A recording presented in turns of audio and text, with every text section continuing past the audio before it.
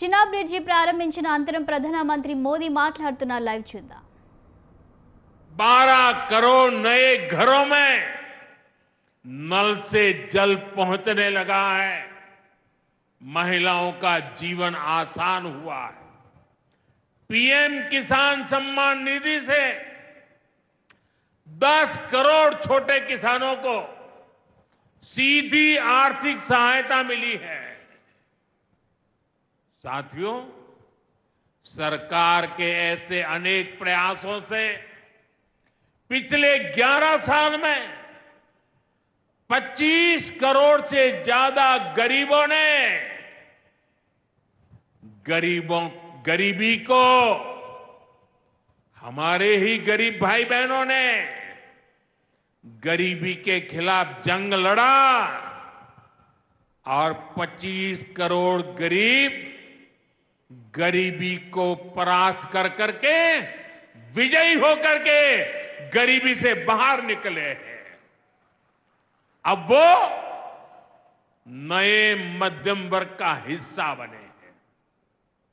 जो लोग अपने आप को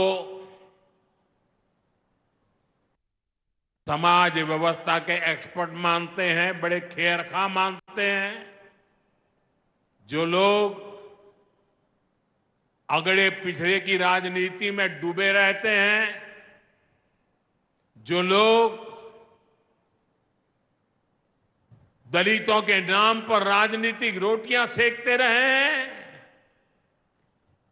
जरा जिन योजनाओं का मैंने सिर्फ उल्लेख किया है उसकी तरफ नजर कर लीजिए।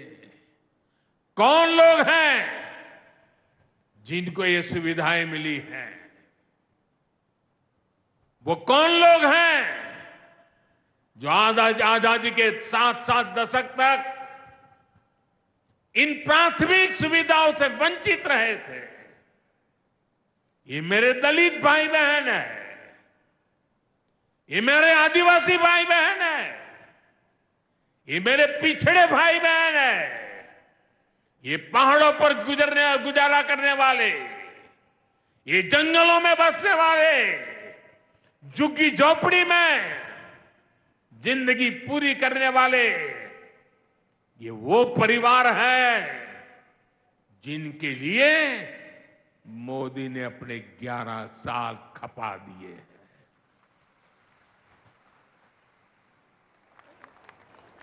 केंद्र सरकार का प्रयास है कि गरीबों को, नए मध्यम वर्ग को ज्यादा से ज्यादा ताकत दे। 1 रैंक 1 पेंशन हो, 12 लाख रुपए तक की सैलरी को टैक्स फ्री करना हो, घर खरीदने के लिए आर्थिक सहायता देना हो, सस्ती हवाई यात्रा के लिए मदद देनी हो, हर तरह से सरकार गरीब और मध्यम वर्ग के साथ कंधे से कंधा मिलाकर चल रही है।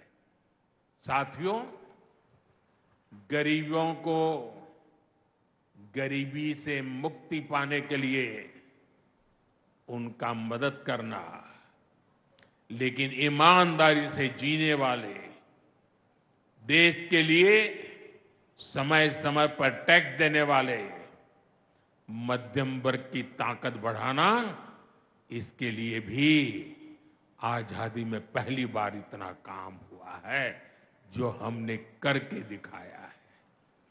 साथियों, हम अपने यहां नौजवानों के लिए लगातार रोजगार के नए अवसर बढ़ा रहे हैं और इसका एक अहम जरिया है टूरिज्म। टूरिज्म से रोजगार मिलता है, टूरिज्म लोगों को जोड़ता है, लेकिन दुर्भाग्य से हमारे पड़ोस का देश मानवता का विरोधी, मेलजोल का विरोधी, टूरिज्म का विरोधी, इतना ही नहीं, वो ऐसा देश है जो गरीब की रोजी रोटी का भी विरोधी है। 22 अप्रैल को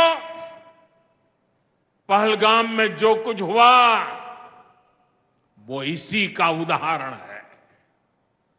पाकिस्तान ने पहलगाम में इंसानियत और कश्मीरियत दोनों पर वार किया।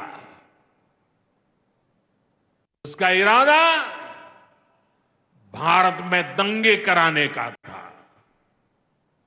उसका इरादा कश्मीर के मेहनतकश लोगों की कमाई को रोकना था। इसलिए पाकिस्तान ने टूरिस्ट पर हमला किया। वो टूरिज्म जो बीते 4-5 साल में लगातार बढ़ रहा था, हर साल यहां रिकॉर्ड संख्या में टूरिस्ट आ रहे थे। जिस टूरिज्म से जम्मू कश्मीर के गरीबों के घर चलते हैं, उसको पाकिस्तान ने निशाना बनाया। कोई घोड़े चलाने वाला, कोई पोर्टर, कोई गाइड, कोई गेस्ट हाउस वाला, कोई दुकान ढाबा चलाने वाला,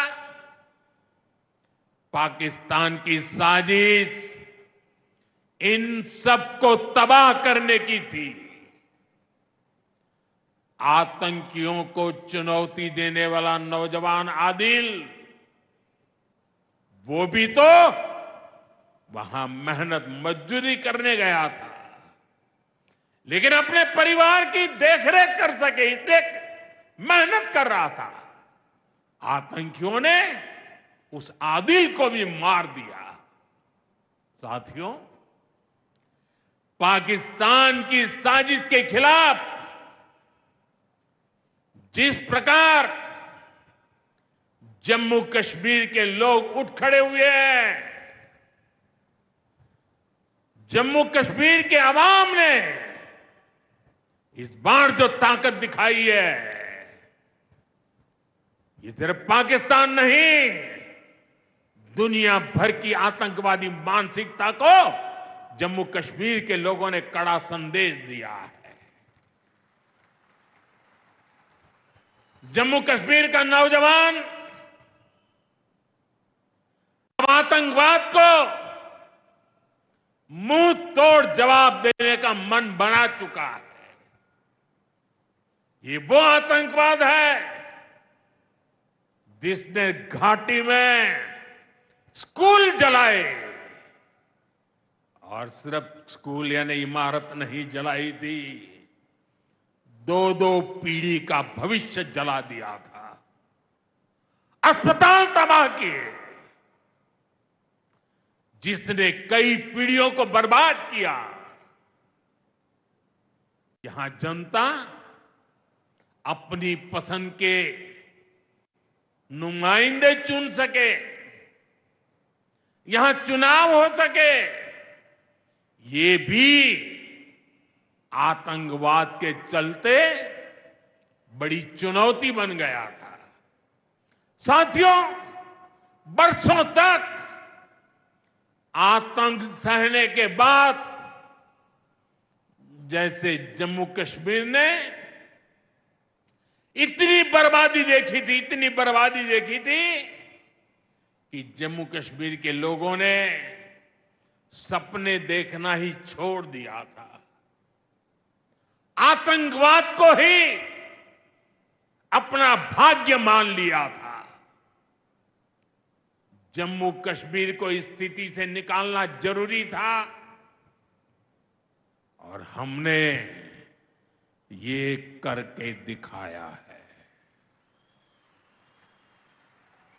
आज जम्मू कश्मीर का नौजवान नए सपने भी देख रहा है और उन्हें पूरे भी कर रहा है। अब कश्मीर का नौजवान बाजारों को शॉपिंग मॉल्स को, सिनेमा हॉल को गुलजार देख करके खुश है। यहां के लोग जम्मू कश्मीर को फिर से फिल्मों की शूटिंग का प्रमुख केंद्र बनते देखना चाहते हैं। इस क्षेत्र को स्पोर्ट्स का हब बनते देखना चाहते हैं। यही भाव हमने अभी